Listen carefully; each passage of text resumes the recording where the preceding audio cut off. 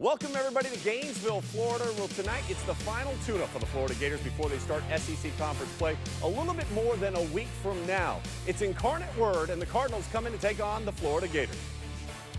Hello, friends. Bazooka bubblegum? Maybe, maybe not. I'm Sean Farnham, your college basketball analyst for tonight's game, and couldn't help but come up here into winter wonderland and think about all the great gifts that we have in college basketball this season, but in particular for the Florida Gators, the gift that is Kayvon Allen and the way that he broke out against James Madison. He had 4 straight games where he shot only 19% from beyond the arc. That's not good. He went 3 of 7 last time out. He was aggressive. He drove. He finished at the free throw line. 5 free throw attempts after only having 3 in the previous 3 games. They need this level of aggressiveness to continue for Kayvon Allen. It'll be the gift that keeps on giving, Cousin Eddie, as they get ready for SEC Conference play. In the meantime, let's go down that guy that I'm working with, Mike Morgan. Ebenezer Scrooge himself. Mike, go ahead. Read some lineups or something. Just stall until I get back down there. You'll get nothing and like it, Sean Farnham. We are happy to be with you here as we inch closer and closer to Christmas. Incarnate Word taking on the Florida Gators. The Southland Conference meets the SEC. The Gators coming in at 7-4 and trying to get some positive momentum heading in closer and closer into conference play. The Florida starting 5, conspicuous by his absence, is Jalen Hudson, the leading scorer, but some poor defense has left him out of the starting 5, and as soon as I say that, he is now in the starting 5. So Hudson, despite getting some encouraging words to play more D from his head coach Mike White, in the starting 5. The Cardinals taking it inside. Incarnate Word, also known as ICW, led by Simi Sox, averaging over 15 points per game, and our own Santa himself, Sean Farnham, has made it down to the table. Nicely done. It's good to see you're in the season of giving and spirit of giving. I am so fired up for Christmas. And this is the time where you want to see teams starting to figure out who they are and really finding out their identity before the start of conference play. And for Igor Kulichov, he's got to make better passes than he just did on that previous possession. Now, you mentioned my alter ego, Mr. Scrooge. It's plays like that that has put Mike White in kind of a grouchy mood. Some defensive breakdowns, some lackluster offensive consistency at times. This Florida team, we have not seen the best version yet, have we?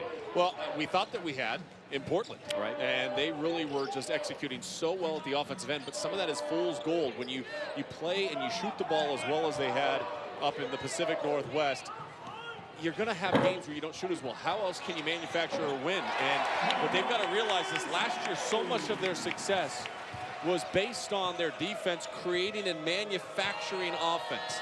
This year, it's been the opposite. It's been their offense that has tried to ignite their defense, and that's not the right way you want to go. You're not used to seeing a Mike White team near the bottom of every statistical defensive category in the SEC, but that's the case as that one rims off, and there's Chiozza cleaning up the rebound. This is one guy who has played very well of late, Chris Chiozza, leading the SEC in assists. Gators launching up a 3. That was Hudson on the miss. Well, and one of the big things for UIW tonight in this game is the fact that they are going to play more zone defense than they have all season long. They talked to us before they had it shoot around today. They both, they were telling us we played maybe 5 possessions of zone all year. We might only play 5 possessions of man-to-man defense. They really want to pressure out through their zone, extending out to the shooters, but keep everything tight and have that built-in wall on the help side to try to eliminate driving action. UIW again in the Southland Conference, which is chock full of schools from the state of Texas. They reside in San Antonio. Shot clock under 10 as they work it around. Down to 5, and a near turnover. Going to have to launch it quickly. Hart does. Just a prayer, and that will be a shot clock violation. Great defense that time by Florida, but again, the story for Mike White and company defensively, it's just not been your typical Mike White effort on defense. You see 12th, 13th, 11th, 12th in all the main defensive categories. They have got to shore that up come conference play. Well, and this was a big thing. I talked to Kayvon Allen about it before today's game. I said, look, go back to last year. Devin Robinson, would you say he was an elite level defensive player early in his career, or that he was even a willing defensive player? The answer is no. Right. But yet towards the last 2 months of last season, he was arguably their best defensive player. So even if it's not innately your best skill set or your best attribute that you can bring, effort, communication, and toughness is all you really need to be good at defense. It's a beautiful dime dropped off by the SEC's assist leader, the man they call Cheese, Chris Chioza. They tried a little give and go there. Instead, it's a turnover. Ball into the hands of Keith Stone, another young man they really hope will step up his play. Allen passed up a three. Chioza will not, but he'll miss it. And that's where Kayvon Allen's got to shoot that ball immediately. And that's the criticism. He's been a little hesitant at times. The criticism of Kayvon Allen has been too unselfish. They want him to take those shots.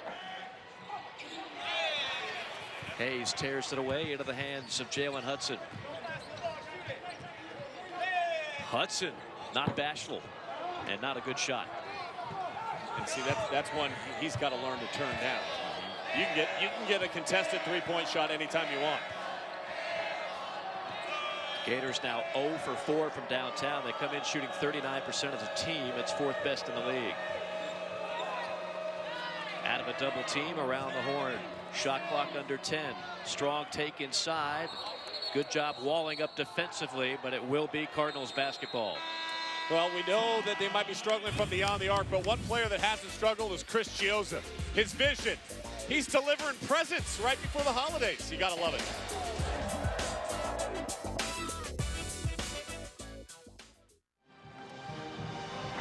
Gators on top of Incarnate Word by a score of 4-2 as we welcome you back inside the O'Connell Center. Happy holidays, everybody. And from us out to you, it's all kinds of holidays, Sean Farnham, including Festivus. I don't know about you, but I like to air my grievances. We heard some of Mike White's grievances about the defense. What about you? You got some issues you want to deal with? Just the dog behind us, which is fantastic. But when you talk about issues to deal with, Chris Chioza is a handful to deal with for every opponent that Florida faces. His ability to get end-to-end, we knew about that. We know that he's a smart player. Heck, he came off the bench last year and had a triple-double. First time that's happened since 2008 in college basketball. A player comes off the bench and gets one. But they're able to invert the offense. He garners so much attention. He can open up opportunities for his teammates. He makes the right read, delivers the pass on time, on target. Defensively will jump the passing lane and create opportunities. He is really the key to the engine at both ends of the floor for the Florida Gators. Yeah, you mentioned the loss of Devin Robinson. He left early for the pros. They lost Kenyon Berry. I mean, there's more pressure on this young man right now, Chris Chioza. He has to play well for this Gator team to do well against better competition. And look at the numbers that you saw the other night. 0 turnovers to go with those 7 assists as well. Only 4 players in the country have had a game like he had the other night. And an and one. Nice job by Sean Johnson, the senior out of New Orleans. Well, and the big problem for Florida, and we've seen it already, and this is going to be the blueprint for every team that plays against the Gators until the Gators can figure this out, and that is protect the rim. Too frequently, even the other night, James Madison had 16 points in the first half at the cup. You cannot allow teams to get to the rim. All 4 of Incarnate Word's points so far have been layups in the paint. And there is a guy they hope to have back in late January that can protect that rim a little better. Of course, that's John Igbunu, one of the top shot blockers in the SEC when healthy. They have not had a whole lot of help, or really a guy that can replace what he does interior defense. Nice take to the bucket by Jalen Hudson. Yeah, you cannot just settle for three-point shots against the zone, and that's what Florida had been doing early in this game. 0 for 4 from beyond the arc. That time a good job to turn down a shot, see a seam, and attack it. Rise and fire 3, knocked down by Jalen Hart. First team All Southland Conference, the senior guard out of Houston, Texas. And he struggled mightily so far this season. Minus 13% from 3 and minus 7 points per game is Jalen Hart. A big part of his game is handling the success. He came in, he had success immediately, as you mentioned, was the newcomer of the conference.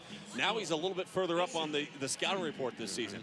And so handling that, playing with a little bit better sense of urgency, I think would be important for him as they enter Southland Conference play. I'm glad you brought that up, because I think that's applicable to really all conferences, and we don't talk about it enough, and that is that the scouting at this level has never been better.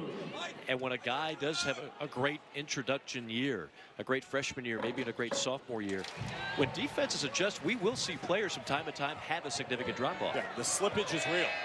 You know, and we see it even with freshmen. They get off to a great start, and all of a sudden their stats start dropping. Well, why is that? Because now they become more important for teams to focus on at the defensive end of the floor. I don't think we're going to see that with Trae Young in the Big 12, though.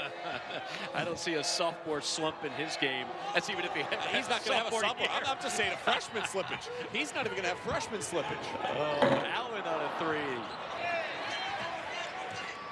And Stone gets an offensive rebound for the Gators. 14 minutes to go, first half. We're tied. And look at that thunderous slam right down Broadway is Jalen Hudson.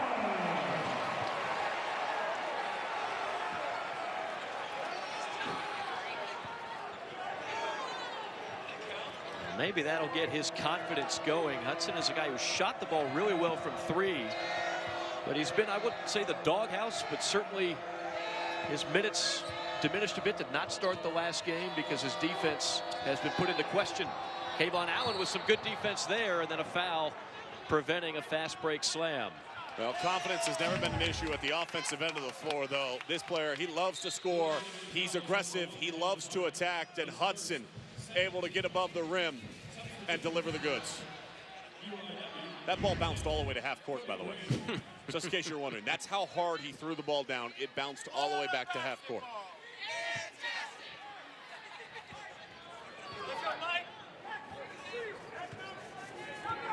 Chioza on the bench. Kayvon Allen, point guard on this possession. Orjak Gak in the game as Allen going to spot up and rise and fire three. I was just going to say, this is where you need him to really assert himself. And although I would have thought maybe a drive and try to finish at the cup, the fact he's shooting the shot that he just took is a huge positive for the Gators on a 7-0 run right now against UIW. Nice response there, and the first time we've mentioned the name Simi Sox. Great name. Hopefully not the last, because I just like saying Simi Sox. And to go back to Allen for a second, comes into this game shooting 30% from three. He's a much better shooter than that. Great feed and easy slam for Gak. See, when they start building some confidence like this, you're seeing a little bit more bounce in their step at the offensive end. Usually it carries over to the defensive end. And that's one of the things that Florida's got to do better, is obviously flipping that. But when they do have these momentums and the offense is running crisp, that's when you know things are going to improve. Another tough shot off the window and in by Simi Sox. Unless you give up a drive right to the that's rim, yes. and it's not really improving very much. And it nullifies pretty much everything else you said, but I agree. Stone trying to find somebody. Allen, good swing pass, sets up an open three on the wing, and the Gators have come out gunning. Jalen Hudson buries the triple.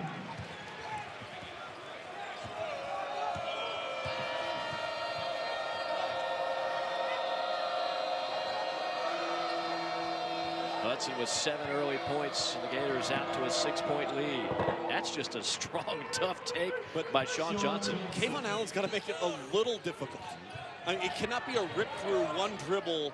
Yes, you're in a stance, but you've got to be able to react to what the offense is doing. And he was so slow at trying to stop that drive that he turned and opened his hips. Once you open your hips, it's over. They're at the cup. You've got nobody back there to block that shot. At the offensive end, though, Florida, everything smooth at the offensive end. Get down the lane, get up, and finish.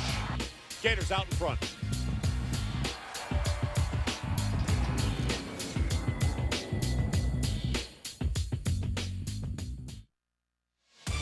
Going to be a lot of fun next Saturday. Looking forward to being out in Fayetteville, Bud Walton Arena. Arkansas on the precipice of being in the top 25, taking on number 21 Tennessee as they battle the Razorbacks. That's next Saturday, 1 o'clock Eastern time, right here on the SEC Network. We have referenced the holidays. We have aired our grievances on Festivus. Sean Farnham is going to introduce a new segment that's going to storm the nation. Not your problem. Yeah, Tavares Hayes, he struggled the other night versus James Madison, and his shoe actually fell off multiple times over the course of the game. Multiple times. how do your shoe fall off multiple times? Well, there's only one answer to it, is you don't know how you're supposed to tie your shoe to make sure that it doesn't fall off during the course of the game.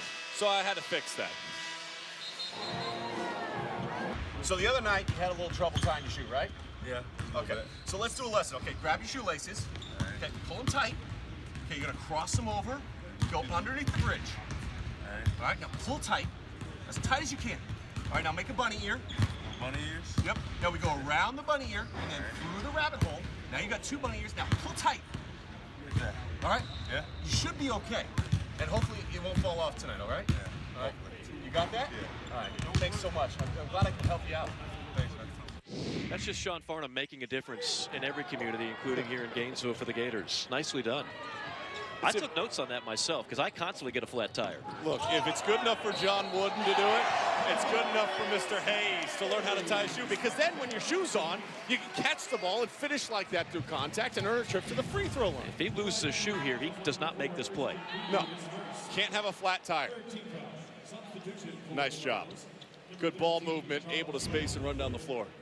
The shoes officially have been tied properly. I would have to think somewhere in the very back of his mind as he lines up this free throw, he's saying, thank you, Sean Farnham. Thank you for that terrific tip. It set up the play. Look, if it's good enough for John Wooden to do it at the start of every year at UCLA basketball when he was the head coach there, it's good enough for anybody else. Absolutely.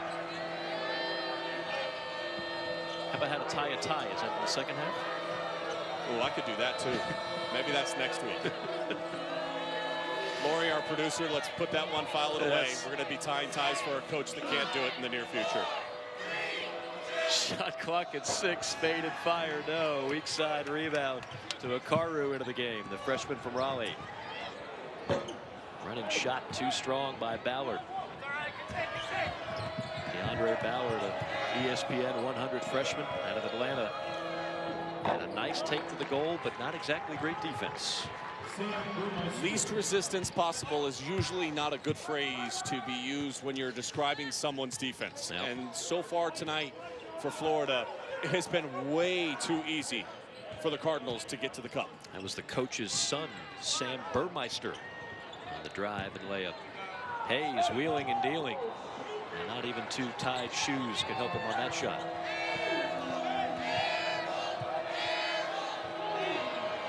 Ten minutes to go, first half, 4-point game.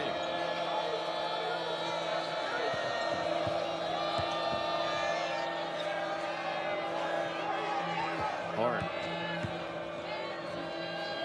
finds Burmeister, back to Hart on the return. Down low. Jump hook shot by Brown, finds nothing but air.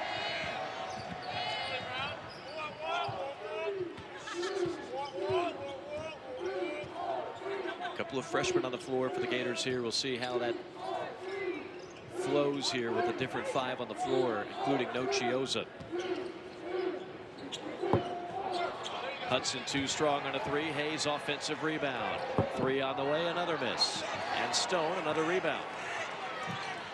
Whoa! We'll call a trip, but it was Hart that tripped himself up. He fell down, and then Hudson tripped over the top of him.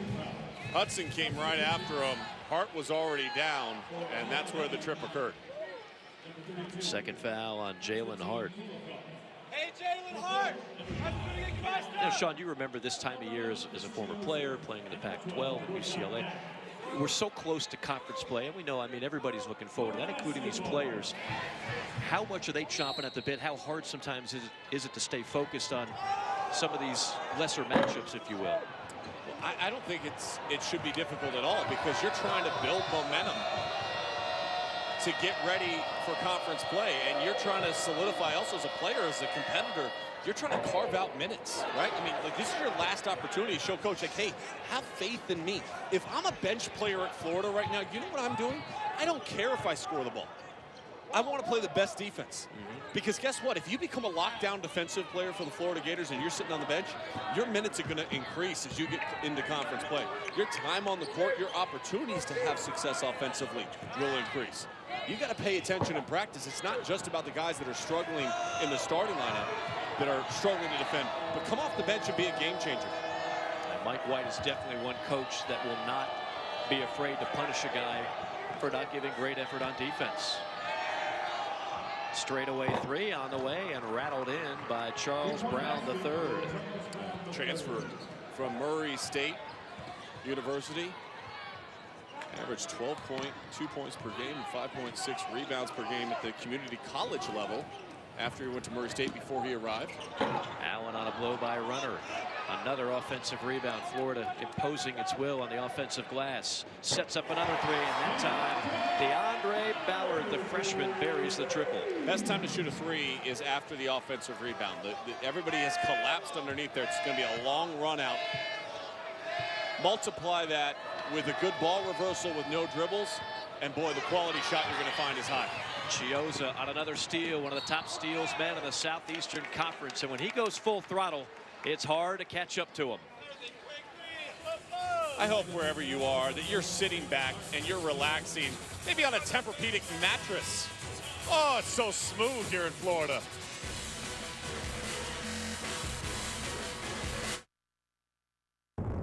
Chris Chiozza, better known as Cheese. Let's go on a fast break. Favorite emoji? The Shades. Netflix or cable? Netflix. What do you binge on? The Walking Dead. One word to describe Coach White. Crazy. Favorite place to play on the road? Kentucky. Guy could push it in transition, knock down the jumper. Cheese with fast break. 23-19 our score. The Gators on top. Chris Chiozza, something else he can do. He can steal and lead a break as well as anybody in the Southeastern Conference. And Chiozza and the Gators off to a good start. And that man hopes to pull off an upset here on the road. That's Ken Burmeister in his 12th year as the head coach of UIW. 184 wins. Again, they're out of the Southland Conference, located in San Antonio, where one David Robinson collected his master's degree. That is a water cooler fact of the day, if there ever was one.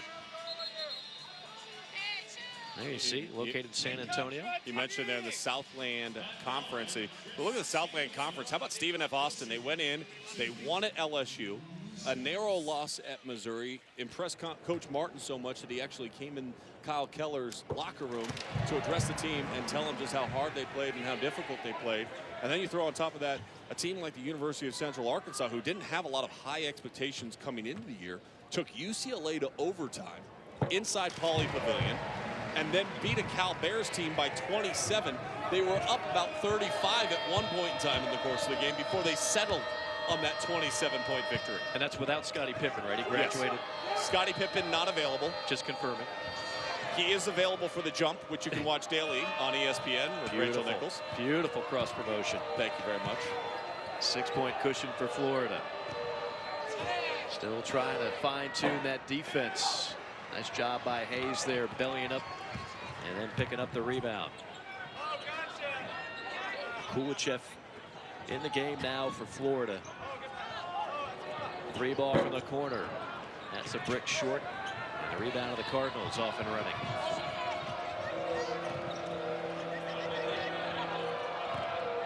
Inside of the 7-footer. An air ball. Knocked around and scooped up by Cheese. To Allen, all the way rejected. Nice block that time, but then stepping out of bounds was Burmeister. Pretty blocked there by Simi Sox. Right now, UIW shooting 50% from the field. Now, where they've got hurt is on second chance points and turnovers that have led to easy runouts, but they have played with Florida so far, in particular in the half court.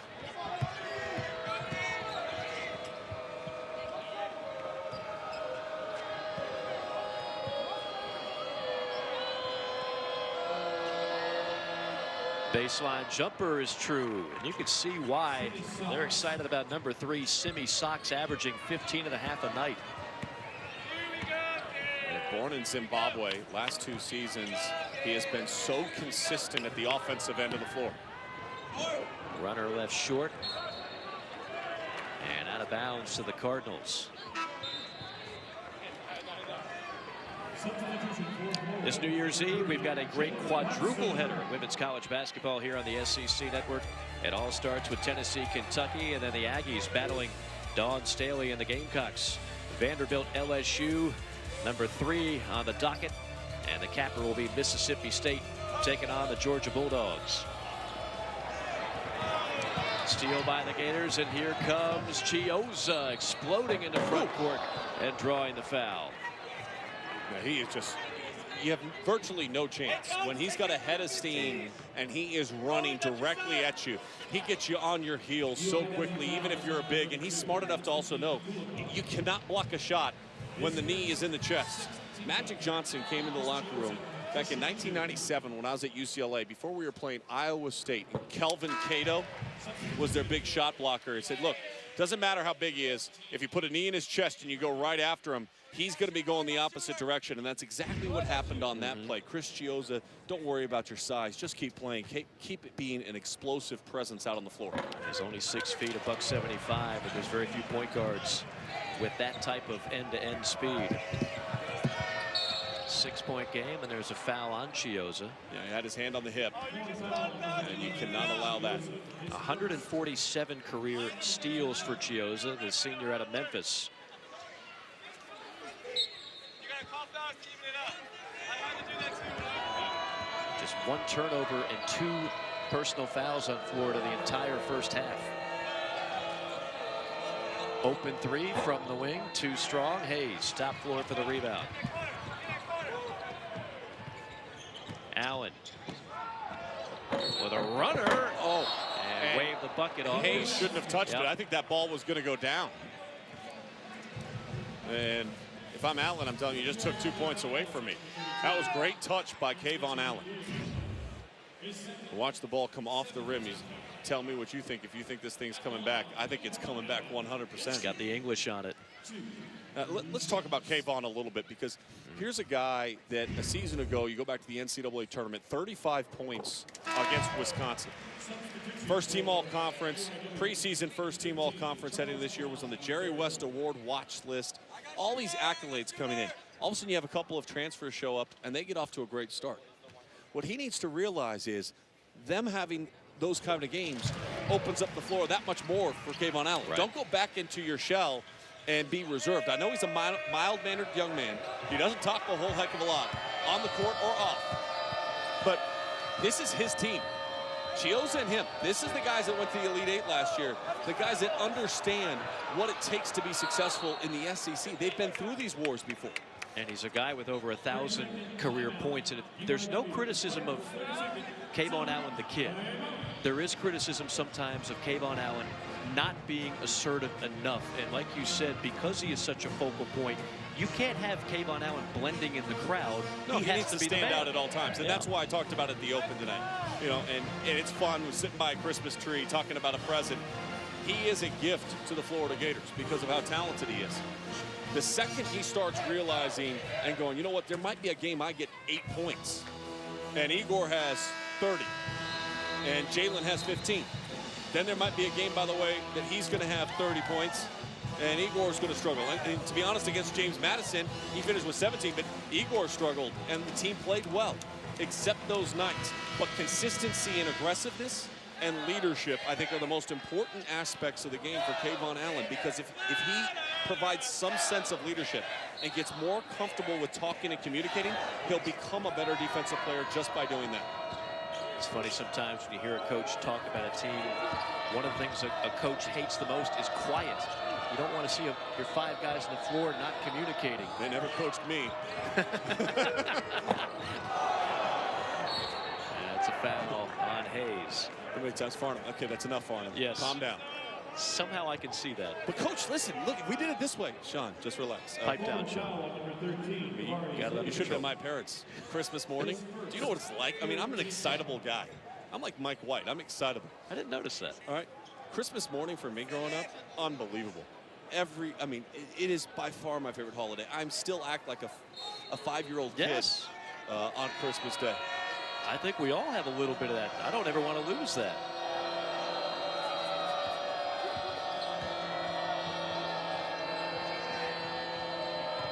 Inside, kick out, sets up an open 3. Good offense, but a missed shot. Hayes gobbles up another board. Kulichov from 3. Too flat. His release right now, the arc on his ball is very, very flat. That was a line drive, wasn't it?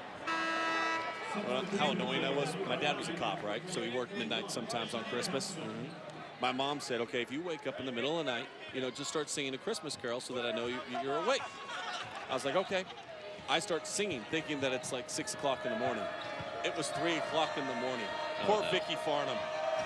She said, Sean, go back to sleep. I think I was 9. And not much of a singer, right? No.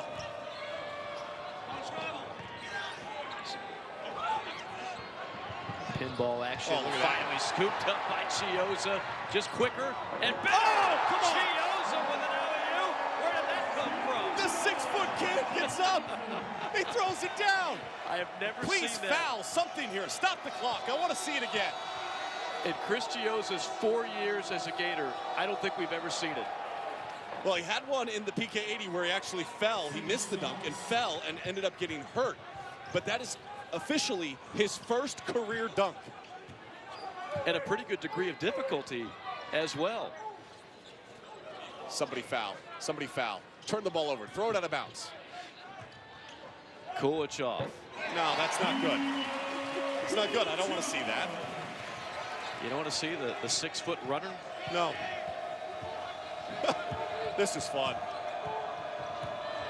Gators with a 10-point cushion.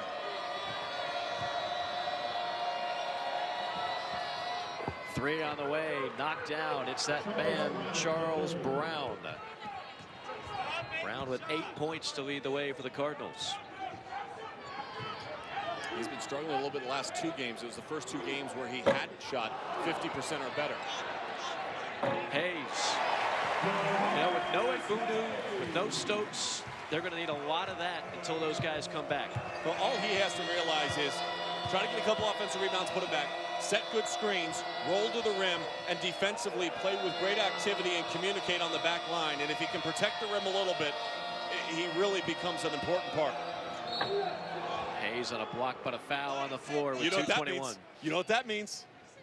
We got a Chiozza highlight coming up. It's Chris Chiozza time. If the guy behind me that had the cheese hat was here, I'd put it on. This play was unbelievable. Are you kidding me? Throw it on up. Little man, finish. Oh, yeah, your first career dunk.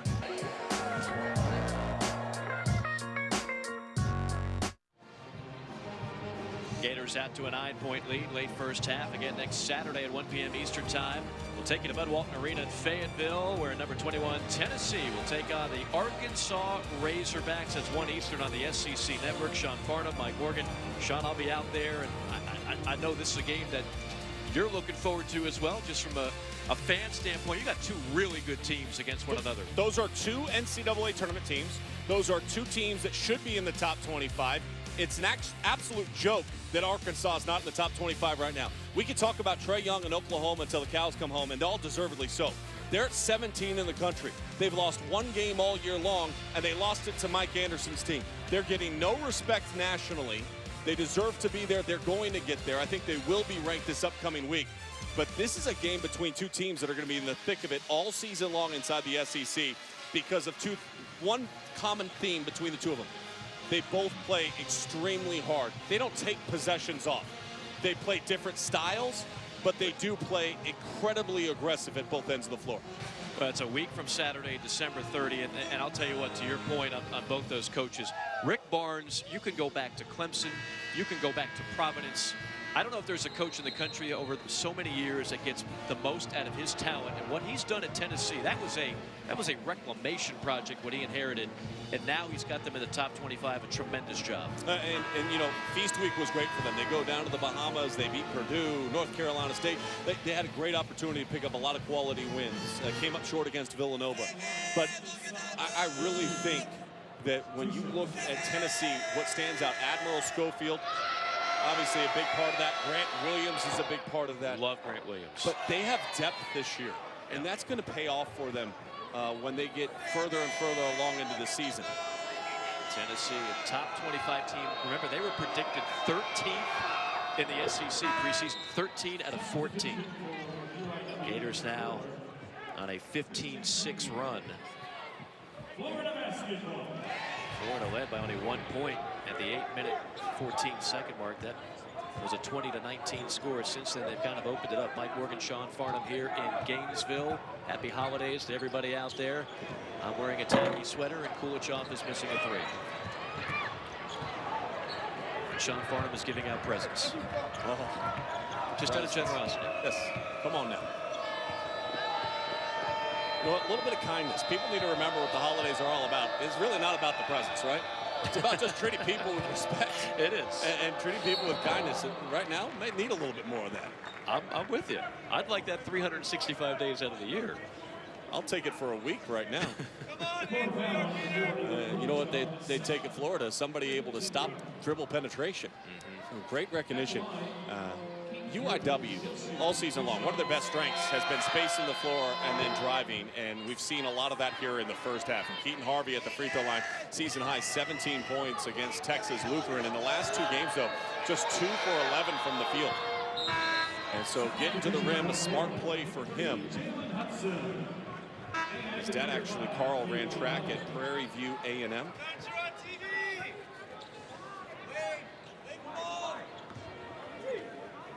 Got a father-son combo with Ken Burmeister and his son Sam we saw earlier in the game. It's one of just 9 father-son combos in Division I college basketball, including 2 in the SEC, the Calipari's and Avery Johnson Jr. for Alabama. They have a big game tonight against Texas. Down in Birmingham, Alabama. Speaking of exciting players, Colin Sexton, if you have not seen him yet, watch, folks. Had him against Arizona, and those were 2 of the best freshmen in the country. DeAndre Ayton, Colin Sexton. Actually, I'll take the freshman label off of them. 2 of the best players in the country. Absolutely.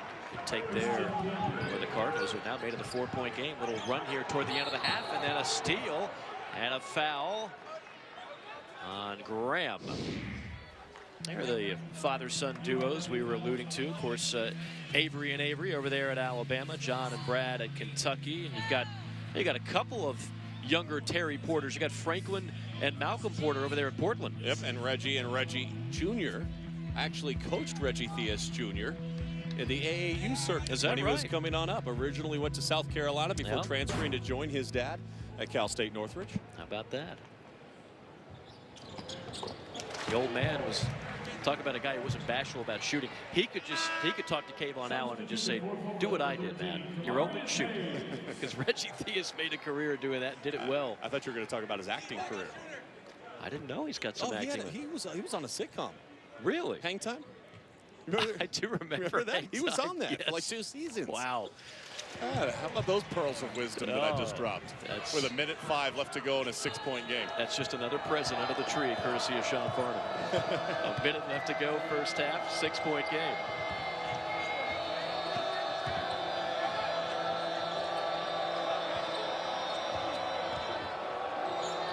Into a double, kick out. Up top, it's Peavy, and out of bounds, a turnover to Florida. Coming up at the half, more presents from Sean Farnham. Christmas past, present, and future with Mike White. And first half stats and highlights. You had a very intimate sit down with Coach White. It's must-see television, so don't go anywhere at halftime. It's like Barbara Walters type stuff. Everything but the Kleenex and tears. Roy Firestone. Roy Firestone. I always think of Jerry Maguire. Yeah, absolutely. Rod Tidwell. Hey, really good half, though, for the Cardinals. I mean, they withstood a 15-6 run. They've eaten this thing back down to single digits with an opportunity to bring it down even more before the end of this half.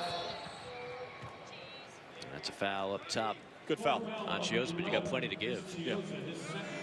It's only the 6th team foul, so 1 away from the bonus. So now the question becomes this: is Florida willing to get the stop? They got to play defense for 10.8 seconds.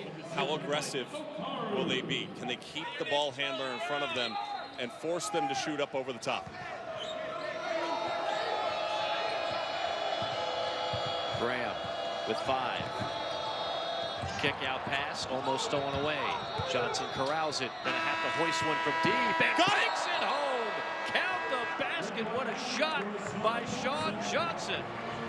Well, they forced him to shoot up over the top, and sometimes it's better to be lucky than good. But he got a clean look. Clearly away. Utilize a little backboard there and make it happen. But the momentum on the side of the Cardinals going to the half. From 30 feet off the window to make it a 3-point game. 37-34 our score in Gainesville.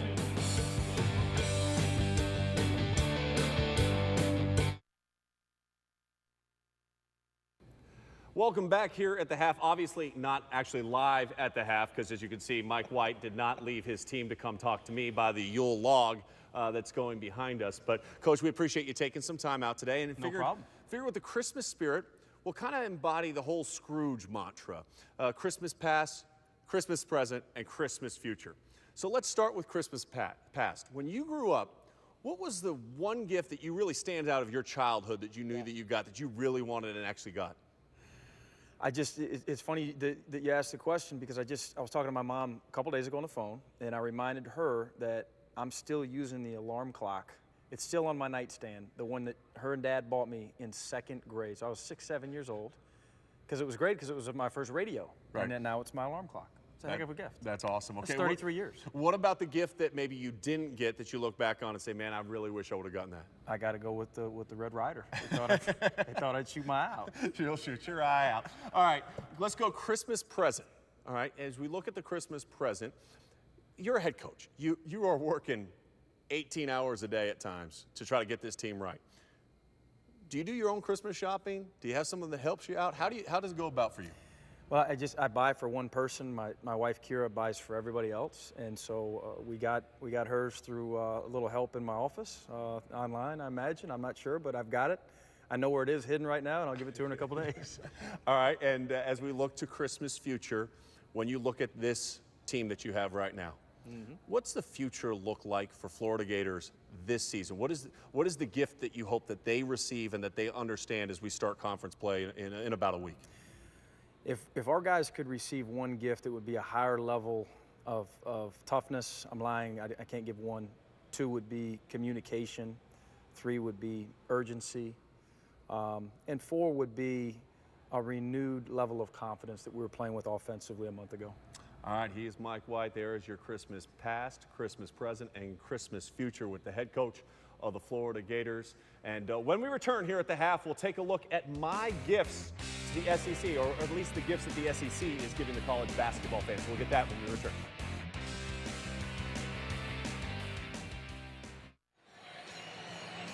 Some youthful excitement here in Gainesville. Good little action there going on back and forth. Good action in the first half as well as the Cardinals go on an 8-2 run to make it a 3-point game. He is Sean Farnham, Mike Morgan, channeling my inner Frank Costanza. You're channeling Santa. You've been in the gift-giving mood the entire day, and it's been inspirational to say the least, and now it's going to be educational as well. It's time for Sean Farnham's SEC gifts, and you've got a bunch of them. The gifts for every single team that they will give you during conference play. It starts with Kentucky, their youthful excitement. I mean, this is a group unlike any other group that John Calipari's had. He's always had young teams. This one's younger than all of them, but because of that, every game's going to be a little bit of an adventure. But it should be exciting. Their team should round into form as the conference play truly begins, and a couple of difficult games still ahead. They've got UCLA tomorrow, and then they've got Louisville before conference play begins. I like Kentucky, very young. You know they're only going to get better, as they usually do as the season moves along under Coach Cal. And Texas A&M, a dynamic duo in the paint. The best front court in the country. When you look at Robert Williams, who is a lottery pick, and Tyler Davis, who is just the ultimate worksman at the collegiate level. Billy Kennedy might have a lot of things going on right now. Guys getting suspended, guys getting hurt. The roster's been in flux, but as long as they've got those two anchoring everything down underneath, they're going to be just fine. And they've got an opportunity, a legitimate chance to win the SEC title. And already some very quality out-of-conference wins. I know you were outraged the fact that Arkansas is not currently in the top 25, but could be there very soon. Well, a big part of that is because they are the most disruptive team in the SEC. And it's not just because the fastest 40 and they like to pressure and try to create turnovers. It's also how they approach the offensive end of the floor. Macon and Barford deserve a lot more credit and a lot more notoriety for how well they've played all season long for Mike Anderson's team. And then you've got the big freshman underneath, who he's a space eater and he's improving.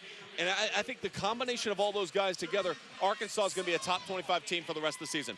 Been a while since Georgia and Mark Fox has been in the NCAA tournament. You and I had him on Tuesday night. They look awfully good. It's not just Yonte Maton this year. No, but he is the gift for all of us. He's in the top 5 in rebounds and points. Mark Fox is going to ride him all the way through a conference play. Team we have tonight, the Florida Gators. We've seen great Florida. We've seen not so great Florida. But overall, this is a team that Mike White believes can go very far. And if they are, the gift that they can bring is shooting. Tonight, 3 of 16. Doesn't look good. But they can flat out shoot the basketball. They need to get back to having confidence from beyond the arc. Avery Johnson of Alabama got a gift with one of the top point guard recruits in the country, Colin Sexton. Besides Trae Young, he is the best freshman point guard in the country. It's Colin Sexton. Explosive, can get to his spot on the floor. He's a gift and must-see TV. It took a while for Rick Barnes to get it going to Tennessee, but now they're looking like an NCAA team. Well, and that's because, as I mentioned in the first half, they've got better depth. They're not going to get fatigued like they did in the last half of conference play a season ago. They've got more pieces. Rick Barnes' team is dancing in the NCAA tournament. And finally, this just in, Missouri is not just about Michael Porter. They are loaded this year. Yeah, they have an unbelievable new sense of energy in their program because of Coach Martin and great recruits. That's going to pay off. Even without Porter, they've already positioned themselves after a strong non-conference to be in the discussion for a tournament bid. It is a deep league. 8 SEC schools in the top 40 of the RPI.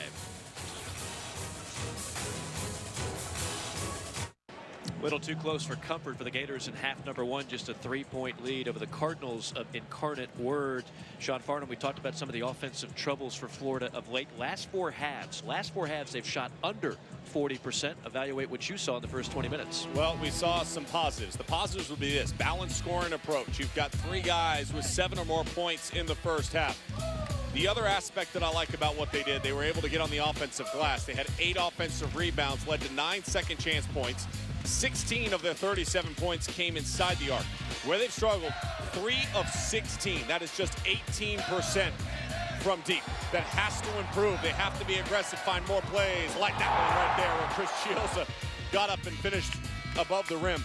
But this is a team that for the first 5 games shot 47% from 3. Partner, I said 18% in the first half. Right. That is a massive and catastrophic drop-off, and it needs to improve.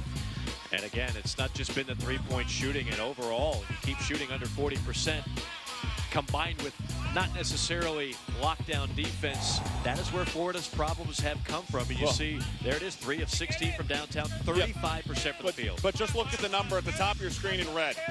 50% shooting from the floor. That's all you need to know. And if they valued the basketball and didn't have 8 turnovers that led to 13 points, they'd be winning the game. Absolutely. And that would be the message that I would tell them. If I'm UIW in the locker rooms, guys, just value the basketball. Keep doing what we're doing. Believe in the process. We're going to win. A hope and harm and a chance to tie it up at the free throw line for Charles Brown. You think about this program, and we've seen some crazy things in college basketball this week. We saw North Carolina lose at home. A couple weeks ago, we had 6 games of top 10 teams, and they all lost to unranked opponents. A couple of weeks ago, Florida was number 5 in the country. Yeah. Now they're nowhere to be found. Well, I was here for that Loyola loss at home. That was their 3rd straight. And then they come back and they win at Cincinnati. People think, okay, they've got it all situated. Well, no. Blow a lead late against Clemson. It's right back to trying to find themselves again. Kulichov, that'll help with a stick back. And a 2-point lead for Florida. Don't want to belabor the point, Sean Farnham, but I think you have to mention the fact, again, when you see some of the defensive woes, no John Egbunu. How much does he mean when he is back in the lineup? He's a massive change of pace at the defensive end of the floor. It's not about the offense, because they don't run an offense where you're posting guys up and playing through with your back to the basket. But defensively, his size, his ability to protect the rim and erase mistakes by guards out on the perimeter, I think is one of his biggest attributes he brings. He also does an excellent job of showing on-ball screens. And no offense to any of the other bigs, John's a little bit wider. John's a little bit stronger than the other bigs on the team. So if you're a point guard and you turn the corner and you got a strong flat hedge and it's John Bunu standing in front of you, you're not going to be able to turn that corner and get immediately to the rim as easy as we've seen so far against this Gators defense this season. And to your point, he doesn't have to score a single basket to help this team dramatically, just protecting that rim. You don't see a whole lot of guys on opposing teams scared to take it in on Florida right now. There's a big three, knocked down by Hudson. He was just 1 of 6 from beyond the arc in the first half.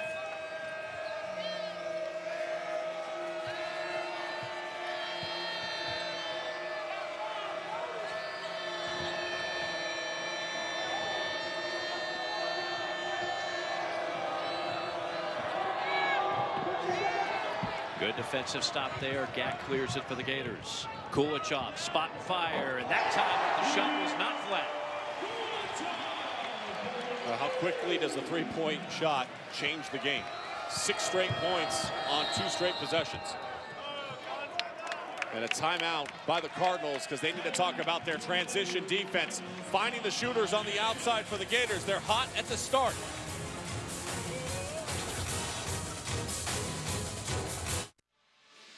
Just 2 minutes into the second half, and a quick run by the Gators to stretch the lead to 8 points, 45-37. The Gators trying to improve to 8-4. And again, the festive atmosphere here in Gainesville. They got the Winter Wonderland going on upstairs, and has so many different aspects to try to make it great for these kids that are in attendance. School is out, and you see it a lot this year. Go ahead and floss, kids. That's the popular move, the floss. Did you know that's called the floss? I did not. Yeah, but it's my kids do it all the time. I don't know how to do it. I don't know the rhythm that you need to have on it, but you know, it's okay. It works. Does it get any cuter than that? Not quite sure, but again, the student body's out, so it's a change of environment for a lot of these teams. And so this week you've seen it, you guys talking about it in studio going, hey, you know what, it's the atmosphere is not quite the same, but it's a great opportunity for fans that don't usually get to have tickets to come and support their teams. Absolutely. And you know, you and I, we were in Athens on Tuesday. They have had a complete facelift of Stegman Coliseum. It's never looked better. Florida last year doing some great work to this arena. The facilities in this conference have gotten dramatically better the last few years. Chioza leaves it off for Kulichov on a 3, and it's back to a flat shot. Where's that coming from? No legs? No lift. No lift. You got to use your toes, and you got to release up and not out. When you don't get off the ground and your body's going away, drifting away from the basket, and your release is out in front of your body, it flattens out your shot. Kulichov, the transfer from Rice, talking about a great debut. He scores 34 points in his opening game with the Gators. That set the bar pretty high. Well, and he's played against this team before when he was at Rice and had a great game. One thing that Mike White told us today about Kulichov as he leads the break here to Chioza, and 2 guys going for the alley-oop. Okay, but that right there is an example of why they struggle defensively. And you're going to say, Sean, what are you possibly talking about? Here's what I'm talking about. Was there any communication? There was no communication on this play. You've got 2 guys going for the ball. Somebody's got to say, I got it. Someone's got to be clear out. Hudson comes in. Igor's like, what? Where did he come from? That's never the way that you want to run your offense. You have to communicate. Defensively, you have to talk. It carries over from one end to the other. Which goes back to our point about this Florida team, and Mike White has said it a couple of times. These are good young men, but they're not vocal. And they're not vocal on the floor. They're not vocal in practice. You watch some of the body English when things start not going their way, and they've had a number of games where they've had second half collapses. That's where you need guys to really be vocal. Where is that going to come from if you're Florida? Right now it's coming from Mike White. Yeah. And look, they're aware of it. It's not like what you and I are talking about here hasn't been addressed. And they talk about it every single day. He has times at practices where they stop playing basketball and they just have to talk to each other. You know, he's had times at practices where he'll challenge somebody. Aren't you mad that he didn't get a stop and you're still in this drill? Right. And just trying to get them to understand the competitive nature and the way that they have to talk out on the floor. And that'll give you something to talk about. Jalen Hudson with a 3-ball from the corner. He's got a pretty stroke. Comes in shooting 44% from downtown.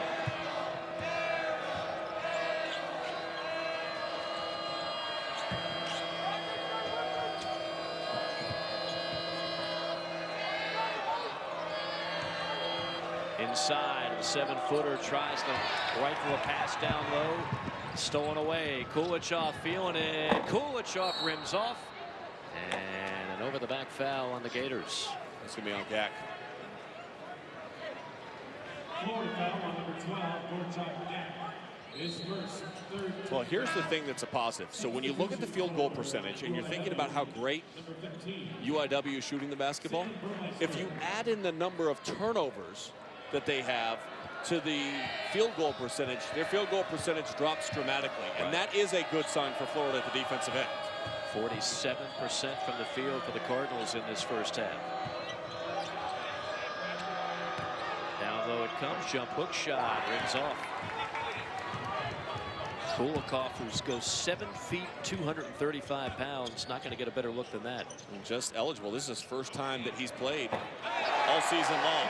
Now the Gators finding the stroke from outside. That's Akaru, the freshman from Raleigh, draining it. He came in 7 of 10 from behind the arc.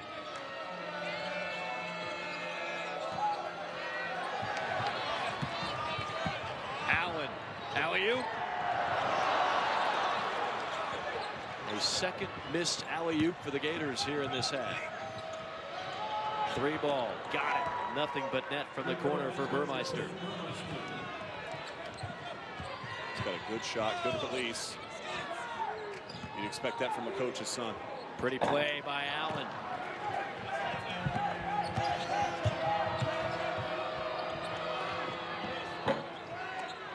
And a weak side rebound by Akaru. 15 minutes to go. Gators up by 9. Hudson lines up a 3. This game's pace is up and down right now. Both teams, neither one of them going more than 1 or 2 passes. But Florida, we talked about their shooters at halftime. We talked about their struggles. Well, those struggles have gone away in the early portion here in the second half. It's a 9-point lead for the Florida Gators as they got it going from beyond the arc.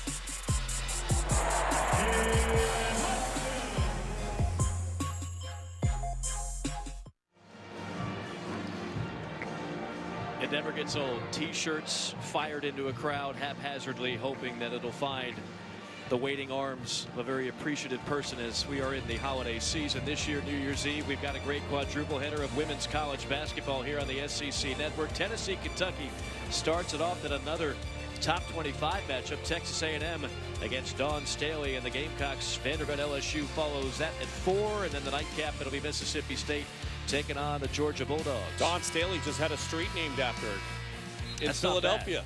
That's pretty good. That's pretty Deservedly so. Unbelievable coach, unbelievable player, what she's meant to the game of basketball overall. And you look at that matchup against Texas A&M. Look, keep an eye on Danny Williams. Very talented player for the Aggies. She gets it going. Everybody seems to follow her lead. Maybe they try to pull off an upset at South Carolina. If I'm not mistaken, Dawn's also got a street named after her in Columbia. If she doesn't, she'll probably have one soon. National championship last year, and an all-SEC national championship in women's basketball. Will we see the same thing in the college football playoffs? What's your call? You put me on the spot, but I'm going to say no. I've got 1 out of 2 advancing to the championship. Okay, so who do you game. have advancing? I've got Alabama. You've got Alabama. See, I think Georgia's going to slow down Baker Mayfield. But I think their run game is going to be really strong. Yep. Keep the time of possession, limit him, keep him on the sideline, and then their linebacking core, the best in the country. Strong take to the basket. Nice play by Burmeister. He's saying, I'm not just the coach's son, I'm a player. Lead cut to 7 for Florida. Florida has gone 3-ball crazy here in the second half. 10 of the last 12 possessions have resulted in a 3. How about 11 of 13? Well, you've got to be careful. The percentages have been much better in the second half, as we showed you going to break. 4 of 10, now 4 of 11 from beyond the arc here in the second half. But you live by it, and then more often than not, you get stung by it. You got stung by it against Loyola. 2 of 19 here on their home floor, and that loss. Another 3, that time partially blocked. Here's the thing, too. You've got guys running at you now, right? I mean, every scouting report says, hey, Florida can shoot the ball from the outside. So coaches are talking all week long. Got to be there. You got to close out to shooters. Close out to shooters. What do? Shot fake. Drive. Okay, see if you can get to the rim yourself. See if you can get to the free throw line. See if you can manufacture some points. If not, the defense is probably going to collapse on the drive, right? So now you're going to get a higher quality three-point shot when you pass it out. Out of bounds, Florida basketball. Substitution for Florida, number 12, Dorchak. Just moments ago, kind of what we were talking about before, Florida Gator head coach Mike White was imploring his players to talk, communicate offensively, defensively. And offensively, they've just gone 3-ball happy here. 7 of 29. They've only taken 20 shots inside the arc. Yeah, but the difference in percentages is ridiculous. They're 50% inside the arc. Play to the percentages a little bit. Allen, that's a nice feed. Gack, though, fumbles it.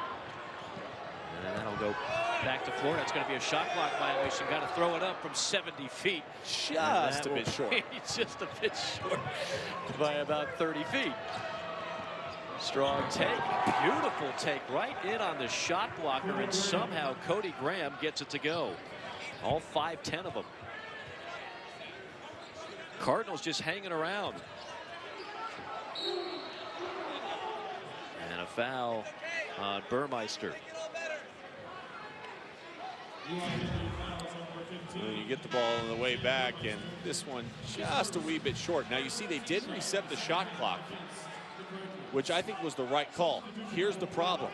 They did not reset it when the ball was possessed by Graham originally when he threw it down the length of the floor, because he controlled the ball enough to throw that pass. It should have been reset immediately. Instead, it had 4 seconds on it, so that's what Stone thought he had instead of identifying on the shot clock had been reset at 30.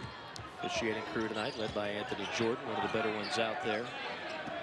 Shot clock at 6. Chioza around the screen from Stone. And a turnover. Hudson threw it right to a black jersey.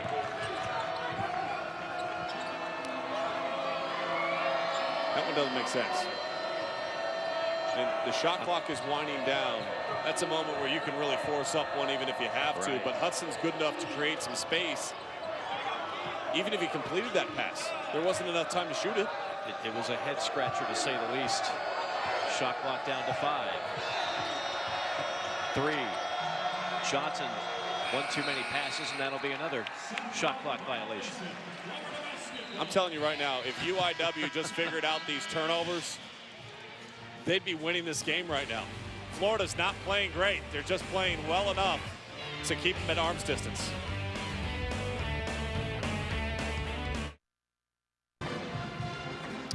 Five-point lead for the Gators. Closer game than most would expect up to this point with 11:56 to go. We've talked about some of the great players in this league, a lot of quality point guards. Well, one of the best in the land, if not the best, does not hail from the Southeastern Conference. He's enjoying life at the Big 12, and we're enjoying watching Trae Young. Look at those numbers. Don't adjust your screen. By the way, that was in 29 minutes played. 29 minutes, he had 26 points and 22 assists the other night. So how does he follow up on that against Northwestern today? He's got 31 and 12 as of right now. I mean, that is incredible. He accounted for all 68 points going to the half. He had 10 assists in the first half versus Northwestern to go with 25 points. It's just, it's video game. It's so easy for him. And that's why, again, college basketball fans, the health of the sport is fantastic. Don't let the headlines fool you about all this other stuff that's going off the court. I get that. It's not good. It's not positive. But watch what you're seeing on the court, and what you're seeing on the court is some amazing talent. And he's certainly one of them to be able to do what he's doing. Again, you mentioned the opponent there, Northwestern. That's not exactly a cupcake. You're talking about an NCAA tournament team from a year ago. And there's a chance. Hey, they didn't shoot a three-pointer. I know, they actually got a paint touch. What? And they got rewarded for it. Stop, Keith Stone. Mike Morgan. I kid you not. Video does not lie. Look, and this is what John Igbunu does. He sets good screens and he rolls, right? So that replace Stone and put Igbunu there, and you get the same result. I mean, Stone, you got a point guard that's willing to share the basketball. Don't overcomplicate your offense. Set a good screen and roll. Have your hands ready. And this is a guy Mike White told us point blank, they need to get Keith Stone going. They don't have a true back to the basket player right now, but Stone is imposing at 6'8", 245, a pretty skilled player. I'd like to see more of that.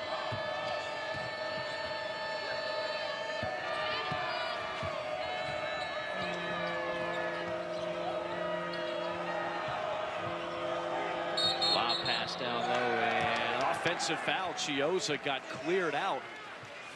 He was on Simi Sox, and Sox has the height advantage, the size advantage by at least 6 inches. And no need to push off, but watch as Chiozza fights up over the top. You see Sox extend out his arm, and that's one of the things that they've talked about. Surprised he didn't go to the monitor on that one. Normally that would draw a review. And a push foul on the Cardinals. I think that's going to be against Sox again. Nope. Gave that one to Charles Brown.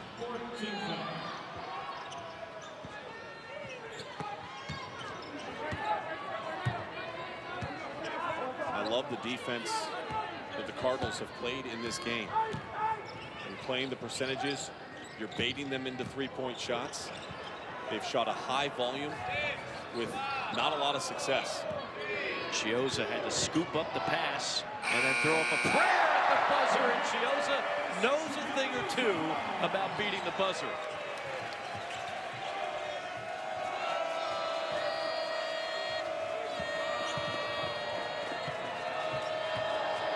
Stolen away, dribbled right into Akaru. Akaru racing into front court, throws it off the window and in. And he landed on his left hip, and he's holding it, limping back up the floor. A much-needed run for the Gators, now up by 12. Well, the turnovers have just absolutely assisted in the Gators' success and the demise of the Cardinals. Their lack of value for the basketball is something they're going to be talking about. Almost another turnover there. 2 to shoot. A force by Hervey and a bailout foul with 2 on the shot clock. The push off, that could have been a foul called. Instead, you turn right into the defense. They take it down, and great finish, but the hard fall, and you see him reach for that left hit. And then Chiozza able to drive off balance, doesn't matter. He's been doing that his entire career. You talk about Casey Hill last year, and had a very good career here. Maybe not the career that a lot of people thought he was going to have coming out of high school, with how highly touted he was and all the accolades that he brought with him. Clearly, one of his downfalls was being a shooter. Chris Chiozza accepted the role of coming off the bench and replacing him, being a change of pace guard or being out on the floor at the exact same time. And in big moments of big games, Mike White relied on number 11. And of course, hit the ultimate clutch shot in the NCAA tournament to knock Wisconsin down en route to an Elite 8 performance. See, that's a better three-point shot, though. You get the ball off a dribble penetration, everybody collapses around Chiozza, and it's a simple kick out, wide open three-point shot. That's a walk. Steps on Cody Graham. Now, this might be that time in the game where Florida starts to pull ahead and the Cardinals start to get a little bit of fatigue. Chiozza feeling it from way downtown. Cheese on a deep 3. How about the rhythm that he's in? We were talking about Trae Young and the way he can impact the game. Maybe Chris Chiozza heard us because he's taken over in the last 2 minutes of this one. And then another steal by Hudson to Chiozza, hanging, firing, and he got it, plus the foul.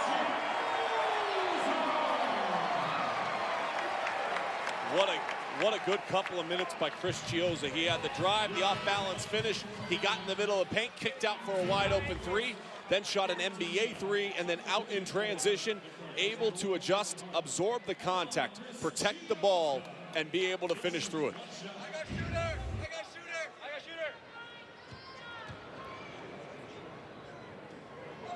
shooter! He's got 16.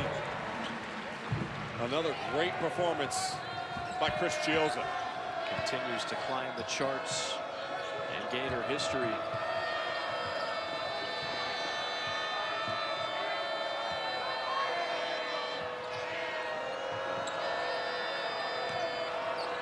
Flip pass inside, off-balance shot, and that will count.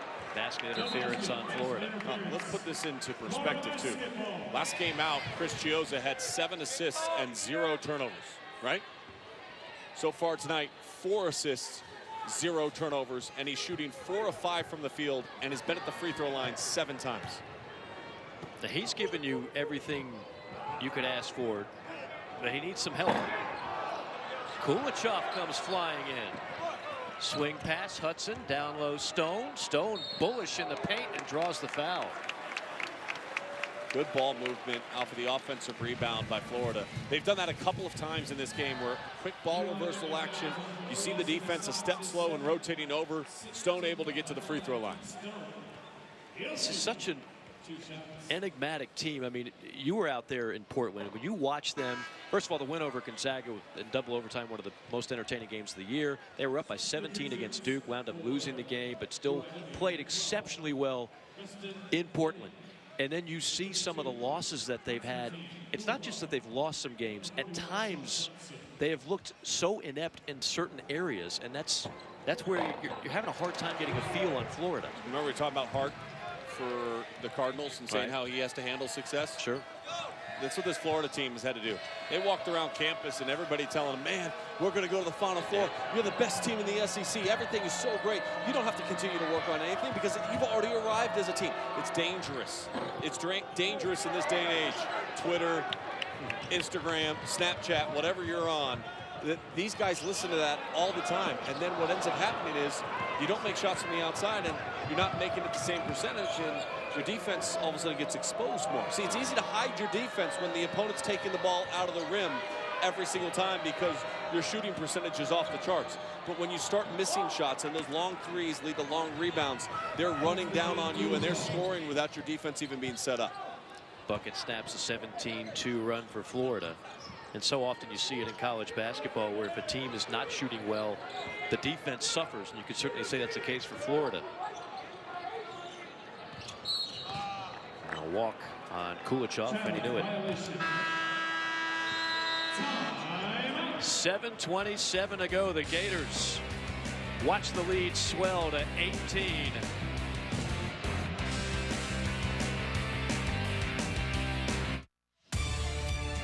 Can't wait for this one. Going to be happy to be in Fayetteville a week from Saturday, December the 30th at 1 o'clock Eastern Time. Bud Walton Arena will be rocking in Fayetteville, where number 21 Tennessee will take on the Arkansas Razorbacks. Well, throughout the good and the bad for Florida, the one constant has been quality play by their senior point guard, Chris Chiozza. Well, he's done everything you could possibly ask of him so far tonight. This in the second half, beating the buzzer. Then attacking, collapsing the defense. Everybody swarms him. He knows exactly where he's going with the basketball. Gets a better shot for his teammate. Make those around you better. It's the best attribute a point guard can have, but don't forget about yourself at times. And Chiozza has been opportunistic. He has 16 points on 5 field goal attempts. He's been sensational, and again, you look at what he's done in the last 2 games, 35 points, 9 rebounds. The assist-to-turnover ratio, which for me is one of the most underrated stats for any point guard, has been phenomenal. It doesn't get better than that. 11 dimes, 0 turnovers. It is so hard in today's day and age to have a game like that. I think the best game I ever saw a college player play in person, Earl Watson in the NCAA tournament, had a game versus Maryland with 17 points, 16 assists, 0 turnovers, and 8 rebounds. And played most of the second half with a detached retina. You see why his NBA career was so long. Pass inside. That's a block. Second effort is good for Kulichov, and he'll have a chance for 3 the hard way. Really impressed with Kulichov getting on the glass. I don't know who's keeping stats, but they only have him with 3 rebounds on the game. That's not right. He got toughness underneath, swarming in there, giving himself a second chance opportunity on his own missed shot. And a chance to complete the 3-point play. One thing Mike White loves about Kulichov, who has been a streaky shooter, admittedly, through the first 12 games of the season, he says, you know, even when he's not shooting the ball well, he gives us other things. He doesn't let poor shooting take away from the rest of his game. Under 7 minutes to play. They are determined to go to the 7-footer, and that time Kulichov makes him pay. Kulichov had the clean look because Kulichov did on the pass fake, and it was a straight line pass right into the post. Nice job with the Kulikov-Kulichov combo. I just thought it would be fun to say. Simple things amuse me from time to time. Gators up by 19 as we near the 6-minute mark. Florida's going to start conference playoff here in Gainesville against the Vanderbilt Commodores. What's going on with Vanderbilt right now? Well, they're a team that goes on their perimeter. They like Florida, they don't have anything underneath. No. The good news for Bryce Drew is his staff is recruiting excessively well. And next year you've got plenty of reinforcements coming in. But inconsistencies from Matthew Fisher-Davis, and that shouldn't come as a surprise for anybody that watches SEC basketball to understand that how Matthew Fisher-Davis goes is often how Vanderbilt will go. And he has not been as consistent as they've needed. Maybe what shouldn't be a surprise, but I think sometimes he got lost in all the talk about some of the better players in the league. Losing Cornette's huge. I mean, he was a difference maker. Well, he changes the way teams defend Vanderbilt this year. Because, again, he's a guy that could pick and pop and shoot the three. Now, what happens if you have a big that can only pick and then roll to the rim, it takes away the opportunity for drive lanes or seams from your guards. You look at the preseason media poll, I'll tell you, this isn't even close to being right. Tennessee, you see at 13. There is no chance that they're going to be at 13. They're going to be a top half finisher. I also think LSU, they're better than 14th. Now, they might end up in 14th based on the way that, in particular, their conference schedule starts out. But Will Wade's got his team playing really well, and they've got a point guard, my last name Waters, down there. He has been outstanding at managing the game. They got a quality win against Michigan in the non-conference over in Maui, and I think that opened up a lot of people's eyes to the level of buy-in that you see at LSU. It is refreshing, and some would say kind of nostalgic to look at that SEC, to see a standings or a rankings of the Southeastern Conference and harken back to the day where this conference routinely got 6 teams, got 6 bids into the NCAA tournament. Obviously hit a tough stretch, and now the potential this year, you could be looking at a 7-bid league perhaps, maybe more if certain teams continue to improve. Look, the reality is this: if you're starting right now, you're looking at 7 teams. Which, if you have 7 teams, now when you're playing in conference play, you get a win, you take a loss somewhere else. It's not a death sentence like it has been in recent years, and that is a credit to these coaches across the board. Coaches like Mike White. You know, everybody talk about how do you replace Billy Donovan? Well, I think you replaced him 100% with the right guy, obviously. He got to the Elite 8 last year, continues to recruit excessively well, as does the rest of the conference right now. Mike White just seems to be a perfect fit for Gainesville and this university. I mean, you see top 100 kids committing to schools across the conference as juniors. It's happened. It was in the news yesterday. But you look at Mike White, 48 wins in the first 2 seasons. He's the only guy that doesn't have a UK next to his name that's been able to accomplish that. And again, I think sometimes the assumption would be that he took it over from Billy Donovan and the program was great. He did not take over a great roster. He took over a team that had a losing record. Right. Chioza, rocker step. Instead, we'll take it back up. But there's no secret. Players make a difference. And the players are coming to the SEC. And a large part of that is because the quality hires that you've seen across the conference. And the other thing that you've mentioned, updating facilities. Right. All right, it's not just here. It's not just Stegman Coliseum. It's also places like Ole Miss and the brand new facility that Andy Kennedy has. And Auburn. You know, Auburn has done it a lot, and the O-Dome, obviously a huge difference here in this arena. And when it's full, and obviously winter break is going on right now, so it doesn't have that same vibe. But come back here in conference play when some of these bigger teams come in, this place is going to be rocking. Lon Kruger leading the Gators to that Final Four in 1994. The rest of the work was done by Billy Donovan. I remember a time where you'd go in this building and you'd smell chlorine from the pool. It did not have a great basketball vibe. Billy Donovan turned it into a great basketball environment, and now with the changes that they've made last year, this is a tremendous arena. I mean, the fan support's already there, but what they've done to add some bells and whistles is They've great. got the Court Club right across the way from us, which is a great place for some fans to grab some food, drinks, get a drink during the middle of the game, come on back down to your seat or stand up there at the club level and enjoy the atmosphere here. And I think that's a big part of You know, we talk so much about the SEC, they really only care about football. Well, if you think that, you clearly haven't been paying attention. It's one of the biggest misnomers, and it drives people like me crazy. As someone who's been a fan and alum and involved in this league for most of my life, the whole notion that you can't be good in football and basketball is such a stupid statement and idea. There are plenty of programs in this league that take pride in both, that fan bases love both. The facilities, the financial commitment is there in both, and success now you're seeing in both. Well, and a big part of that is last year you had a carryover, right? They had more tournament wins last year than any conference in the country, when you had 3 teams make it all the way to the Elite Eight. And obviously South Carolina, a tremendous run, getting to their first Final Four under Frank Martin. And now you carry that over with what was a very strong November, a very solid December that helps and allows you to build momentum going into conference play. And I think that's where the SEC is at right now. I can't wait for Super Tuesday. Joe Tessitore, Laura Rutledge.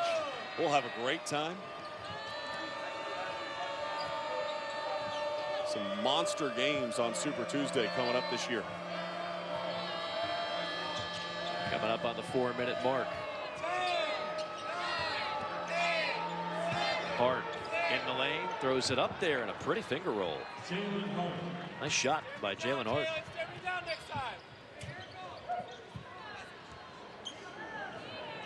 Give you one other little nugget on SEC recruiting, courtesy of our own Paul Biancardi. This year out of the ESPN Top 100, no conference had more members of it than the SEC. 26 of the top 100 recruits in the Southeastern Conference. They already have 16 locked in and ready to go for next year as well. And some of these programs are just getting started in recruiting. Inside, and that'll be steps. Simi Sox with some shimmy feet. 75-56, Gators open it up here in Gainesville.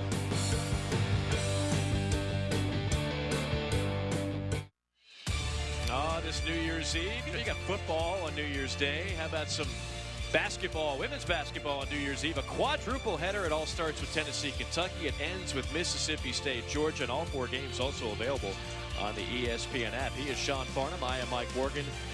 And we are looking forward to tonight's Good Hands play, brought to you by Allstate. Take it away, Sean Farnham. Well, you think about Florida and how well they've played over the course of the game, in particular in the second half. It has to be about the defense. 23 turnovers on the game, 14 of them steals.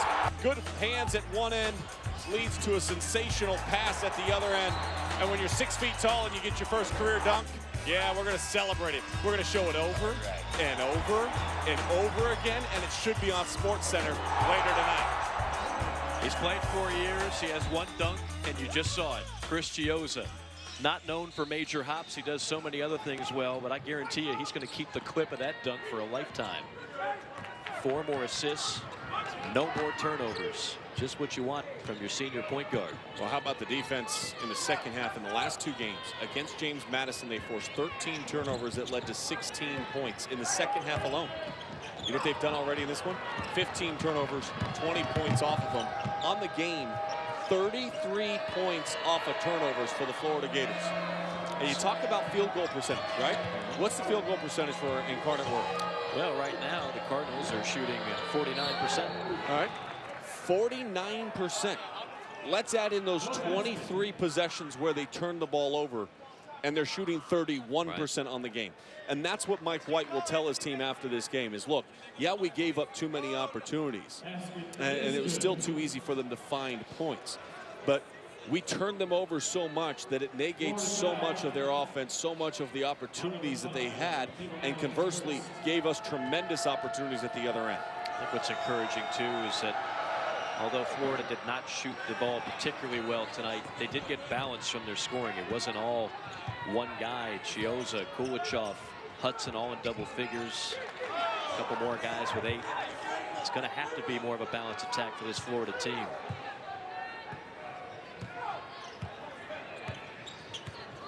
Allen bleeding some clock up top with the shot clock ticking down under 10. Hudson rise and fire.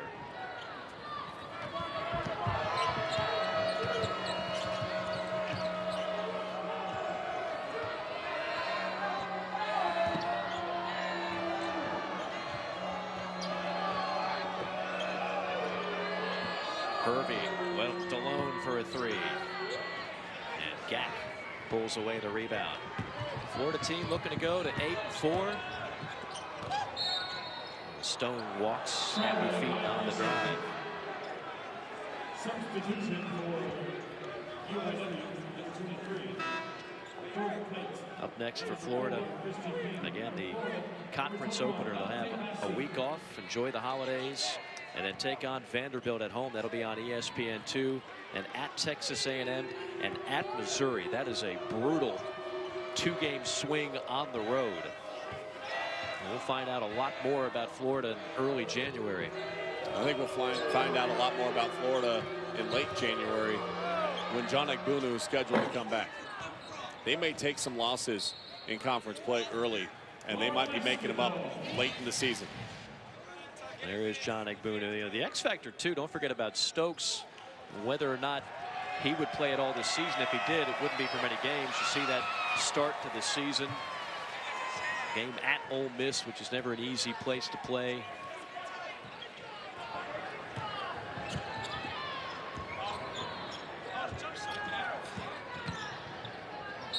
And a walk as things have gotten a little bit choppy here towards the end. And the bench will empty out for the Gators as we go scrambling for the deeper roster. Thank you, kind sir. Yes, it's Andrew Fava, number 22. And Max Kraus, the 6'2" junior out of Atlanta.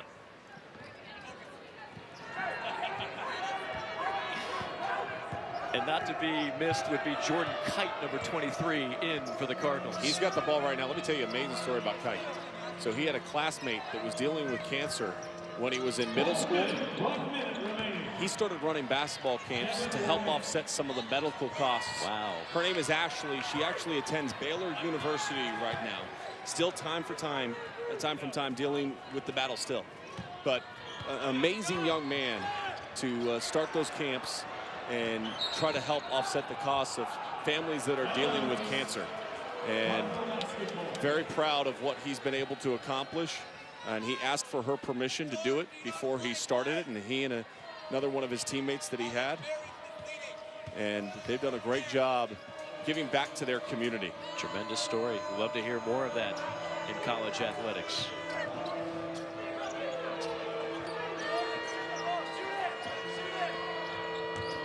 Inside, jump hook shot, no. And there is a weak side rebound.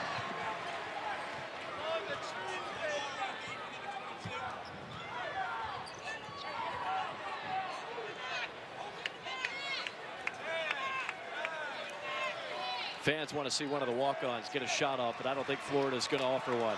That's going to do it. Gators will settle for a 15-point victory. 75-60 over the Cardinals.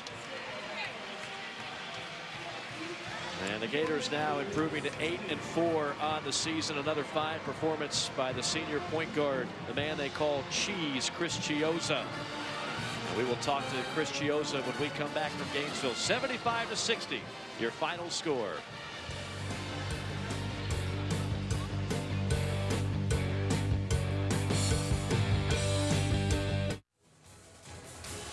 Mike Morgan with Sean Farnham. Gators picking up a victory right before the holidays. 75-60, the final score.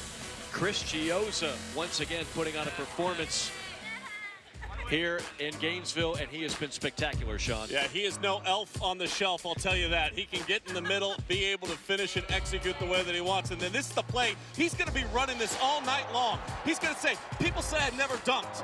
I got one. I got one. He came close in Portland. He got hurt on that one, but that one, that was good. That counts. Late in the buzzer, nobody else you want shooting the ball for Florida. And then again, breaking down the defense, bringing everybody to him and going, yeah, I know exactly where my teammate is. I like making people around me better. It's what Chris Chiozza has done his entire career here at Florida. It's what makes him one of the best guards in the SEC. And it's a big reason why anybody who's doubting Florida needs to continue to believe in the process of where this team is at and where it's going.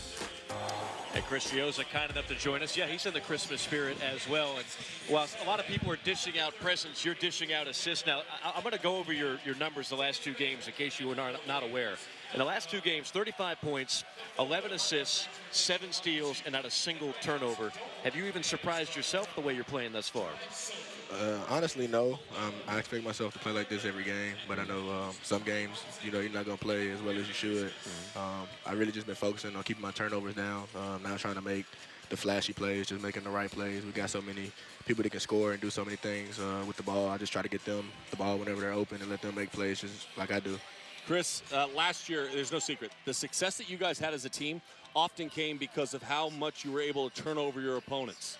You got back to that the last 2 games, in particular the last 2 second halves. 23 turnovers led to 33 points off of turnovers. How important is that for growth at the defensive end of the floor for your team? It's a major point of emphasis we have every day.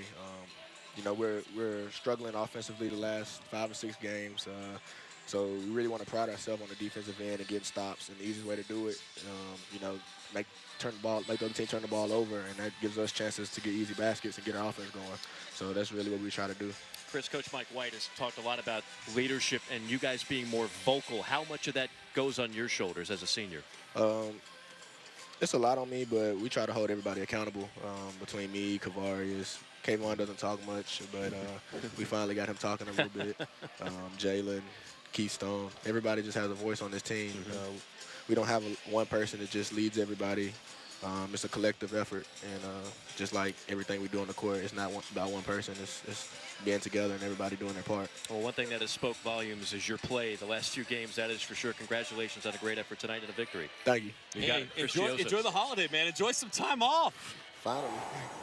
Big numbers, big performance, and yes, his first career dunk tonight, Chris Chiozza, and a Gator victory. The Gators now improving to 8-4 on the season. Again, our final score 75-60. Up next, another edition of SEC Story. For now, for Sean Farnham, Mike Morgan saying so long from Gainesville.